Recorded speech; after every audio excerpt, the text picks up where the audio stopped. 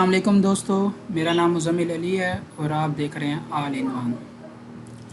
दोस्तों, हमने स्टार्ट किया हुआ है फाइनेंशियल मैनेजमेंट का कोर्स, जिसका आज लेक्चर नंबर 2 है।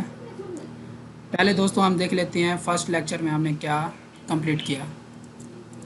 दोस्तों, फर्स्ट लेक्चर में हमने first part introduction to financial management, जिसमें हमने व्हाट इज़ फाइनेंशियल मैनेजमेंट क्या होती है, और फाइनेंशियल डिसीजंस, जिसमें फाइनेंसिंग डिसीजन को डिस्कस किया, इन्वेस्टमेंट डिसीजंस को देखा और डिविडेंड डिसीजंस को डिस्कस किया। दोस्तों, आज हम करने जा रहे हैं first part introduction to financial management, जिसका द गोल ऑफ फर्म। दोस्तों, द गोल ऑफ फर्म को 3 टाइप्स में मैंने डिवाइड किया है। फर्स्ट है वैल्यू क्रिएशन, सेकंड है एजेंसी प्रॉब्लम्स, थर्ड है corporate social responsibility CSR। Value creation दोस्तों, हर फर्म के बुनियादी मकसद बहुत ज़्यादा प्रॉफिट कमाना। Profit maximising of firms earning after taxes. एक फर्म अर्निंग करे ज़्यादा से ज़्यादा आफ्टर टैक्सेस। हर कारोबार स्टार्ट इसलिए किया जाता है नफ़ा कमाने के लिए, और इसका मकसद, बुनियादी मकसद भी होता है ज़्यादा से ज़्यादा नफ़ा हासिल किया जाए।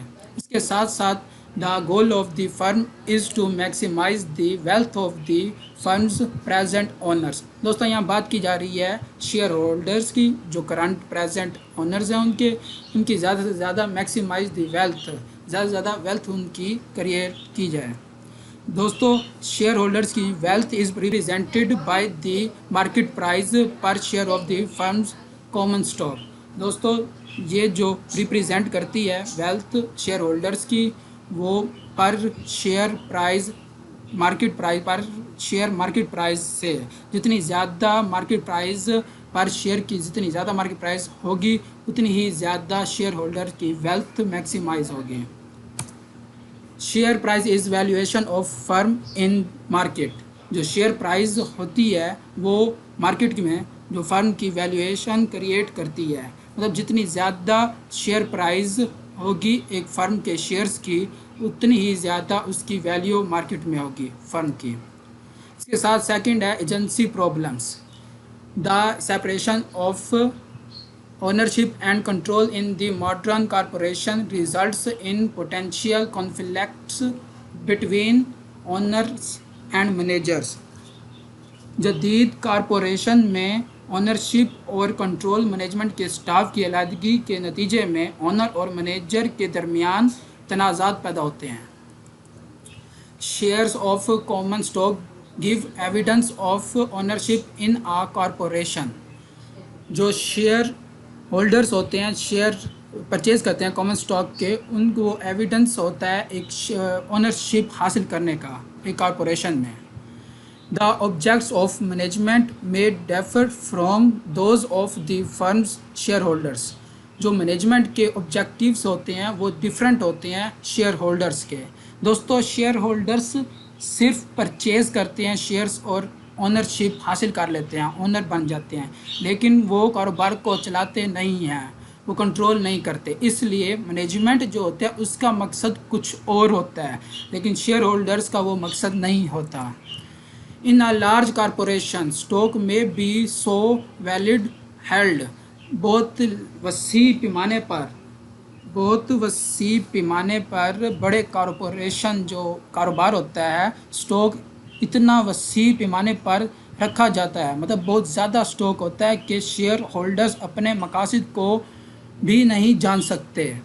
मतलब वो कि शेयर होल्डर्स इतने बड़े पैमाने पर वो उनका कोई अपना मकसद को नहीं जान सकते कि हमारा क्या मकसद है। वो सिर्फ मैनेजमेंट डिसाइड करती है क्या ऑब्जेक्टिव्स होते हैं एक फ़र्म के।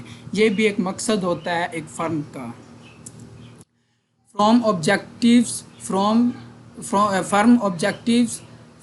are different from its owner objectives। एक फर्म के ऑब्जेक्टिव्स, एक ऑर्गेनाइजेशन, एक कारोबार के जो मकसद होते हैं उसके ओनर के ऑब्जेक्टिव से मुख्तलिफ होते हैं। May be think of management as the agents of the owners. हम सोच सकते हैं कि एक मैनेजमेंट या मैनेजर्स जो होते हैं मैनेजमेंट के, वो ओनर का एजेंट्स होते हैं।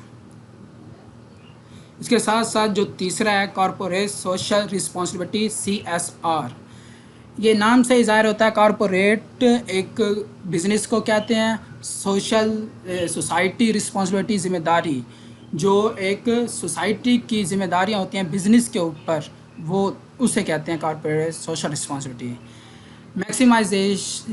Maximising shareholders wealth does not mean कि हम जब फर्स्ट जो हमारा मकसद हमने वैल्यू क्रिएशन में हमने डिस्कस किया है कि शेयर होल्डर की वेल्थ को ज़्यादा से ज़्यादा बनाने का ये बनाते हैं, इसका हरगिज़ ये मकसद नहीं है, इसका हरगिज़ ये मायने नहीं है कि debt management should ignore corporate social responsibility, कि मैनेजमेंट इग्नोर कर दे कॉरपोरेट सोशल रिस्पॉन्सिबिलिटी को।